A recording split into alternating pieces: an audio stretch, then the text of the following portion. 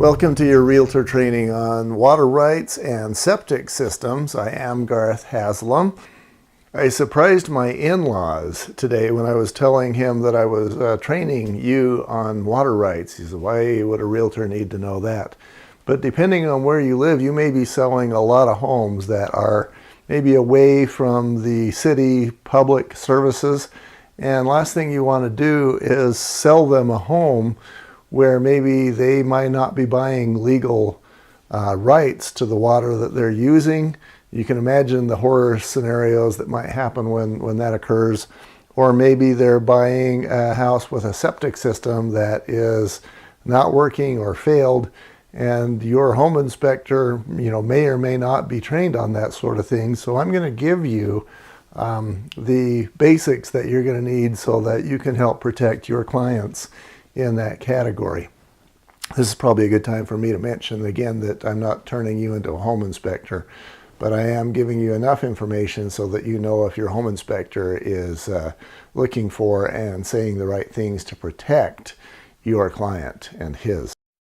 I used to work for the state in drinking water, and there were things that I would look for when I went to a city water well. Now in this case, you're not going to be inspecting city or municipal services, but you might be selling a home that has a private water well, and many of the inspection points are going to remain the same.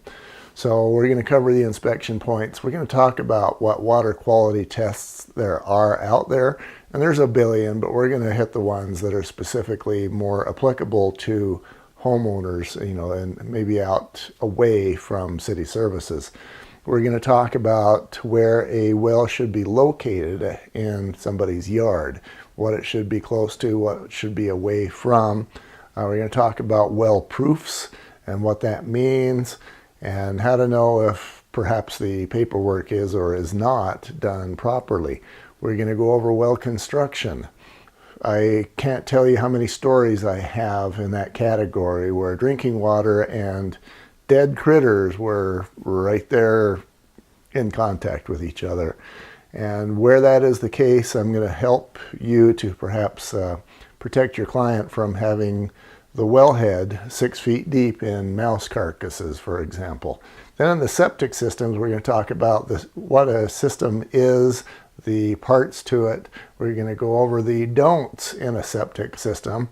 We're going to go over factors and war stories that a person needs to know as relates to those, and just get you up to speed so that you don't want to go selling a home that has a septic system or a private well and just say, you bought it, here you go, good luck.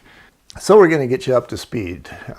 You might sell one of those homes in your career, you might sell a couple hundred of them, but you need to have some background in that category. So that's what we're here for. Glad to have you aboard.